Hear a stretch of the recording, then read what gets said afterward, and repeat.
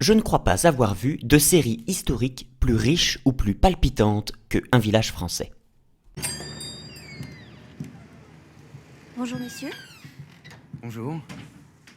Oui, bonjour. Je ne crois pas avoir vu de série historique plus riche ou plus palpitante que Un village français. Vraiment. Sans rire. Oui, bon, d'accord, je développe.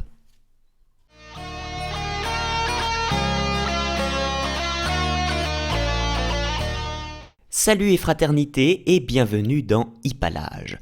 Aujourd'hui, j'ai eu envie de souligner, au moins un peu, la profondeur et la très grande richesse de Un village français, qui est devenu, à mon sens, l'œuvre de fiction de référence à propos de l'occupation vécue à hauteur d'homme.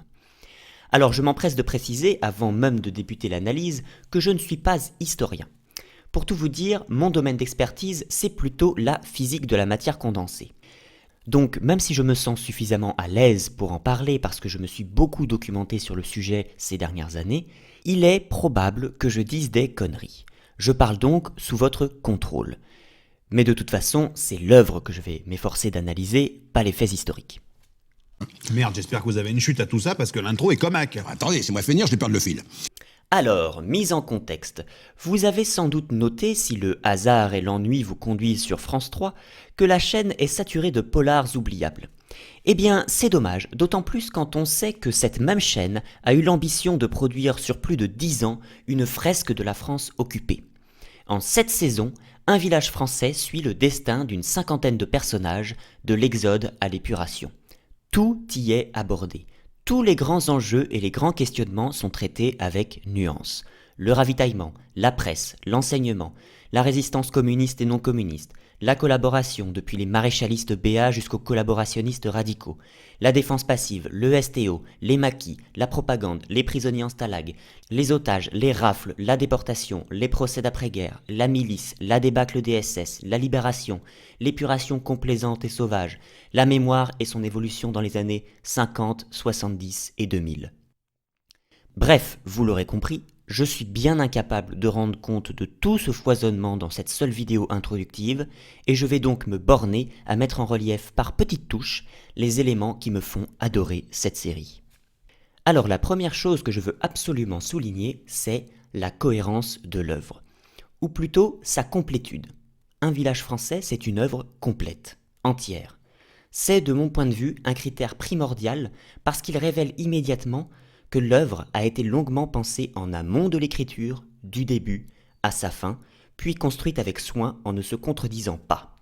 J'adore les œuvres complètes. Par exemple, quand un écrivain naturaliste m'annonce le cœur en bataille « Je vais faire 20 romans qui dépeindront les vies croisées des membres d'une même famille sous le Second Empire », je me plonge sans retenue dans ces bouquins, c'est un réflexe. Ou quand une femme de lettres britannique déclare « Tiens, je vais construire une saga en 7 tomes et bâtir un univers complet en même temps qu'un récit initiatique sur l'apprentissage du deuil, de la liberté et de la tolérance. Eh bien, rebelote, je m'intéresse. » Dernier exemple, si un auteur touche-à-tout se met à faire 6 saisons d'une série télévisée sur la légende arthurienne et est prêt à attendre 12 ans pour finir son histoire dans de bonnes conditions avec une trilogie sur grand écran, bah j'admire et je suis ça avec intérêt. Eh bien, avec Un village français, je ressens la même chose. Frédéric Rivine et Emmanuel Dossé y construisent une œuvre complète qui prend le temps de développer en profondeur un propos cohérent et qui sait mettre un point final à son histoire. Je crois que c'est ça qui me séduit le plus. En ce sens, je suis de ceux qui ont beaucoup de mal à apprécier des histoires qui s'éternisent de spin-off en spin-off. J'ai toujours l'impression de voir des poules aux œufs d'or qu'on aurait mises en batterie. Bon, vous m'aurez compris, j'aime les œuvres complètes et cohérentes, et avec Un village français, je suis servi. Voilà. Tout a commencé ici. Ma voiture était là.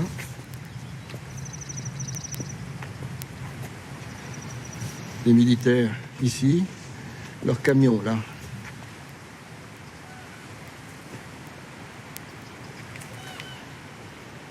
Ta mère était à l'arrière dans ma voiture. Elle avait perdu beaucoup de sang et il lui fallait une transfusion. Les militaires ont promis de l'emmener. Et ils l'ont emmené? Oh, je pense pas, non. Quand je l'ai revue à l'église, quelques jours après, elle était morte.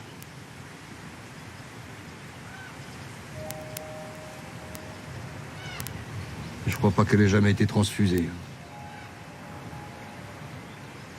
Probablement pas. Pourquoi tu l'as pas amené toi-même? Parce que Hortense m'attendait à Villeneuve, qui était bombardée par les Allemands. Et crois-moi, j'étais pressé de rentrer. Et moi? Moi, j'étais où? Toi.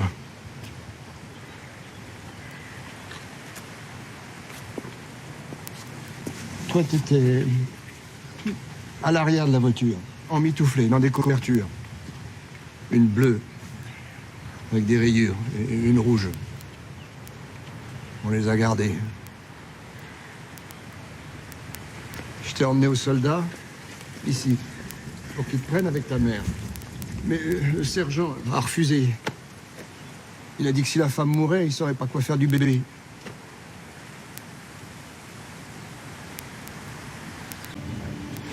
Je t'ai emmené à la maison.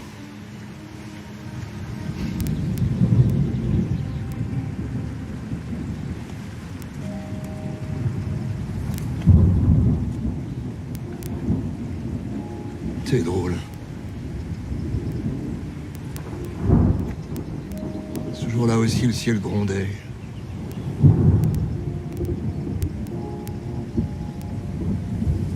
C'était des bombardements. Je suis aussi servi en matière de vraisemblance, et c'est un bel atout quand on traite d'une période historique aussi complexe. Certes, les lieux et les personnages sont intégralement fictifs, mais c'est justement ce qui permet aux scénaristes de faire preuve à la fois de créativité et de justesse. Créativité parce que les destins des protagonistes sont ouverts et non figés par les faits historiques. Et justesse parce que leur psychologie et leurs difficultés sont bien plus finement traitées que dans beaucoup d'autres œuvres sur l'occupation. Pour être plus concret, prenons un exemple. Les Femmes de l'ombre, film de Jean-Paul Salomé, où l'on suit le parcours de 5 résistantes qui ont pour mission d'abattre un SS. Le film est sorti en 2008, soit 1 an avant la première diffusion de Un village français. Eh bien, sans être un navet, ce film ne m'a pas convaincu. Bon, on a compris, ça flingue de partout, ça explose, c'est la guerre, ok. Eh bien, ça me semble peu vraisemblable. J'ai du mal à y croire, désolé.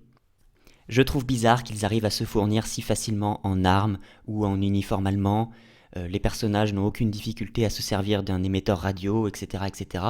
Tout ça me semble donner une vision pseudo-romantique ou pseudo-épique et finalement assez fausse de la résistance, en tout cas si on en croit certains témoins comme Daniel Cordier, l'ancien secrétaire de Jean Moulin.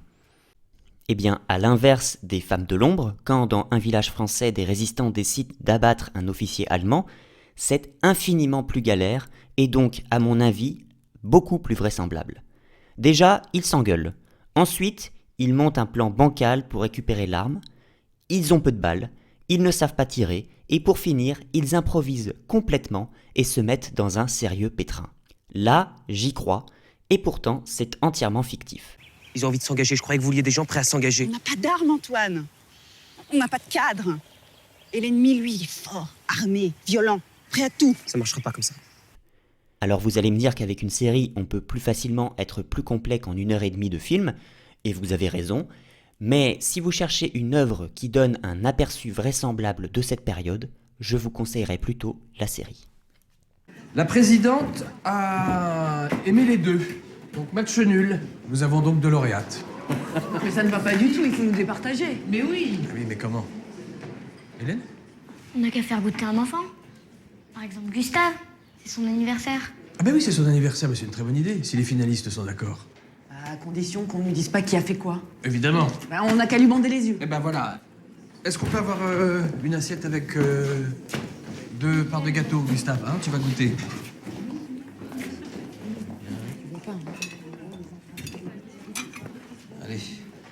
bouche.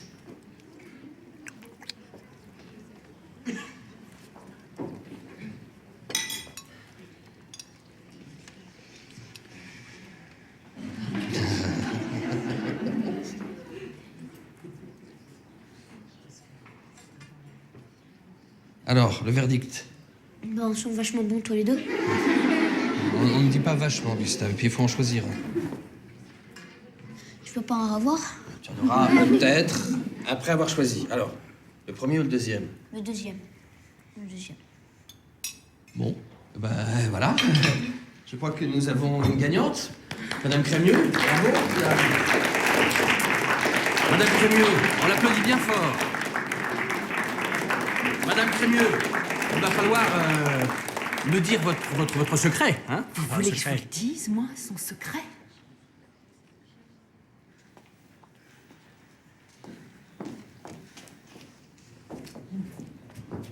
C'est le marché noir, son secret! Vous connaissez un autre endroit où on peut trouver des amandes en ce moment? Déjà qu'on accepte une Israélite dans un concours officiel. Bon. Et voilà que c'est une trafiquante et une voleuse. Mais quel exemple pour nos enfants! Je ne suis pas une tricheuse, ni une trafiquante. C'est vrai que les amandes, vous les avez trouvées où?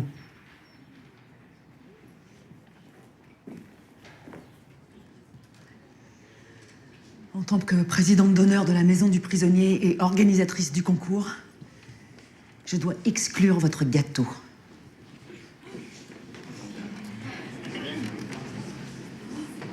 Je ne pense pas que cela soit très juste, Madame Schwartz. Je peux savoir pourquoi? Parce que toutes les participantes ici ont utilisé des ingrédients du marché noir. À commencer par vous. Pardon. À moins que cette cerise confite ne vienne de votre jardin potager.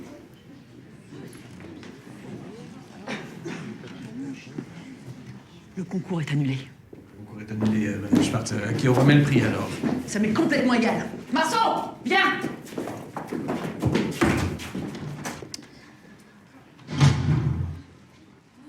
La vraisemblance et la volonté d'authenticité sont également rendues possibles par l'ambiance et la minutie apportée aux références culturelles de l'époque. Exemple. À pouvoir vous affirmer au nom du maréchal que la vie qui s'ouvre devant vous est une vie belle. Parce que la vie n'est vraiment belle que quand elle dépasse votre petit égoïsme et quand elle se consacre à une grande cause. Oui, chers jeunes, la vie qui s'ouvre devant vous est une vie qui vous apportera de grandes joies. Radio Paris, c'est vraiment n'importe quoi. Qui peut croire à ces bêtises? Oui, mais c'est quand même là qu'il y a la meilleure musique.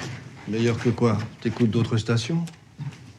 Radio Paris ment, Radio Paris ment, Radio Paris est allemand. T'as entendu ça où? Radio Londres. La musique est atroce, du jazz. Mais les blagues sont amusantes. Ça n'a l'air de rien, mais en une ligne de dialogue, c'est toute une ambiance, toute une mentalité qui est retranscrite. Et ça passe finement sur le ton de la conversation, presque sans qu'on le remarque. En un mot, ce n'est pas de la paraphrase. On ne nous prend pas par la main pour nous expliquer le contexte. Le spectateur n'est pas pris pour un élève ignorant à qui il faut tout expliquer. Et ainsi, tout au long de la série, on nous plonge dans les années 40 avec des expressions, du mobilier, des références, des vêtements, des chansons de l'époque.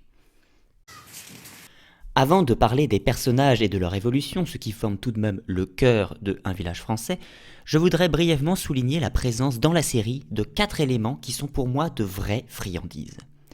Premièrement, des variations de ton. On passe de l'épique à l'intimiste, du tragique au grotesque, et on nous montre des alliages originaux entre deux situations apparemment opposées. Et si vous avez suivi mes dernières vidéos sur le Menuet ou sur le réseau social de Kaamelott, vous savez que je suis très friand de ces associations inattendues. Par exemple, des maquisards qui montent une pièce de théâtre, ou des résistants en prison qui font le procès d'un cafard. J'accuse Robert, ici présent, d'être un animal nuisible, malodorant et sale. Pourquoi vous l'appelez Robert? Il faut bien me donner un nom. Non? Robert, c'est mon beau-frère. J'aime pas mon beau-frère. Bon, et revenons au fond. Robert est sale. Il ne répond jamais aux questions. Il fout le bourdon avant même qu'on ait le cafard. Il est donc déprimant dans une époque qu'il est déjà suffisamment. Je demande donc la mort par écrasement manuel spontané, monsieur le juge, avec confiscation des biens et indignité animale. Je proteste. Le public n'a pas la parole. Dans une vraie justice populaire, le public a toujours la parole. Mais qui sont fatigants, ces bolcheviques. La parole est à la populace. Allez-y, monsieur. Merci. Le citoyen cafard. Robert. Oui, Robert. Le citoyen Robert. Est-il responsable du fait qu'il est un cafard? Bien sûr que non. C'est son état naturel. On voudrait donc condamner un être vivant pour ce qu'il est et non pour ce qu'il fait? C'est la route du fascisme, monsieur le procureur. Non, exactement. Là, je proteste. Exactement. Non. Silence, ou je fais évacuer la salle. Ça nous intéresse, nous. Bon, la parole est à la défense.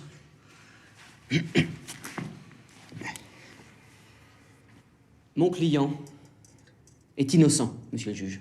Tiens donc, et pourquoi ça? C'est un honnête cafard, qui vaque à ses occupations cafardeuses. Donc, qui cafarde, je suppose. Et il n'a rien fait. Ah bon? Parce qu'il n'a rien fait, il serait innocent, c'est ça? Évidemment. Mais nous tous qui sommes ici, c'est bien parce que nous avons fait tous quelque chose. Et nous ne nous considérons pas pour autant comme coupables, au contraire. Parce que dans cette période, c'est de rien faire qui est une faute. Et si justement il n'a rien fait, eh bien Robert est encore plus coupable. C'est pour moi que tu dis ça? Concentrez-vous sur votre client, maître. Il risque de perdre sa tête. Le citoyen Robert n'a rien fait. Je demande la relaxe. Bravo. Vive la justice du peuple. Oui, la populace, mon cher ami, la populace. Hein. Cafards de tous les pays, unissez-vous. Elle est bien bonne, celle-là. Monsieur le juge, c'est à vous. Je délibère. Hors contexte, ça peut vous paraître saugrenu, mais cette scène est pleine de sens. On a même un personnage qui meurt en récitant une fable de La Fontaine. C'est génial, je n'ai jamais vu ça ailleurs. Pourquoi t'as laissé la radio?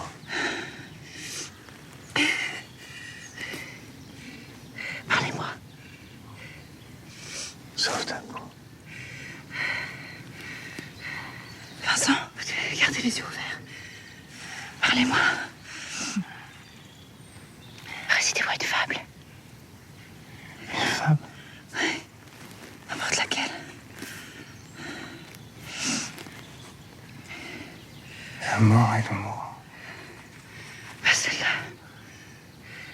Un mourant qui comptait plus de 100 ans de vie se plaignait à la mort que précipitamment. Elle le contraignait de partir tout à l'heure. Donc il lui fait son testament. Sans l'avertir au moins. Est-il juste qu'on meure au pied levé? Dit-il. Attendez quelque peu.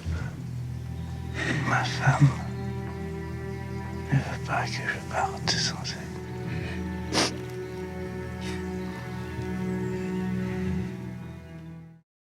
Deuxièmement, je voudrais souligner la présence de symboles, qui sont des indices d'une œuvre maîtrisée, qui sait faire passer des idées par l'image, comme ici un soldat contraint de poser son arme pour porter un violon, ou par le son, comme ici un personnage évoqué par la simple musique. Ce procédé narratif, la synecdote, est extrêmement efficace et plein de poésie.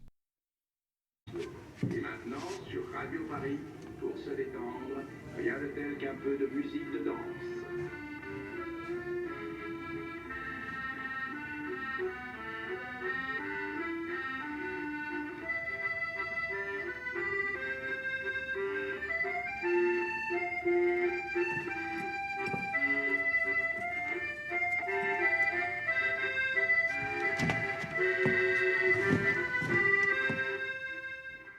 Troisièmement, on trouve dans cette œuvre des symétries narratives ou visuelles. Ça, c'est ce que je préfère. Et j'ai très envie d'en faire une série de vidéos parce qu'on en trouve aussi dans Star Wars ou dans Harry Potter. Dites-moi en commentaire si cette idée vous tente. Dans Un village français, les symétries sont nombreuses et porteuses de sens. Un bal sous l'occupation et un bal à la libération. Une exécution sommaire allemande, une exécution sommaire à l'épuration. Un personnage qui décrit les horreurs qu'il a fait subir à des juifs en Russie, et ce même personnage contraint de subir ces mêmes horreurs 3 saisons plus tard. J'adore les symétries dans les œuvres. Et quatrièmement, il y a évidemment d'excellents dialogues. Si vous avez vu ma dernière vidéo, vous êtes au courant que ça joue beaucoup pour moi. Florilège. Mais la guerre, elle ne durera pas toute la vie. C'est ma vie qui risque de pas durer toute la guerre. Nous, on est dans la Zweisamkeit. Qu'est-ce que ça veut dire? C'est intraduisible. Einsamkeit, c'est la solitude, et Zweisamkeit, la solitude à deux. C'est pas une situation d'avenir, ça? Impossible de retranscrire l'intégralité du réel à quelqu'un qui ne l'a pas vécu. C'est désespérant. Mais non! Mais non! Face à cette impossibilité, les mauvais font du journalisme, les bons de l'histoire, et les génies du théâtre. Tu sais, Raymond, travailler pour les Allemands, c'est une chose, mais penser comme eux, c'en est une autre. Regardez comme elle semble ferme et onctueuse, appétissante. On l'imagine entre les lèvres, dans la langue, dans le palais qui descend dans la gorge. Un vrai petit diable en culotte de velours jaune. Délicieuse perspective, n'est-ce pas? Mais la guerre, Philippe, ce ne sont pas des perspectives. La guerre, c'est ça. C'est ça, la guerre. Mais vous êtes fous. Il ne faut pas inviter des fous à votre table, madame. Vous savez ce que je créerais quand... Je veux dire, tout à la fin, quoi. Non.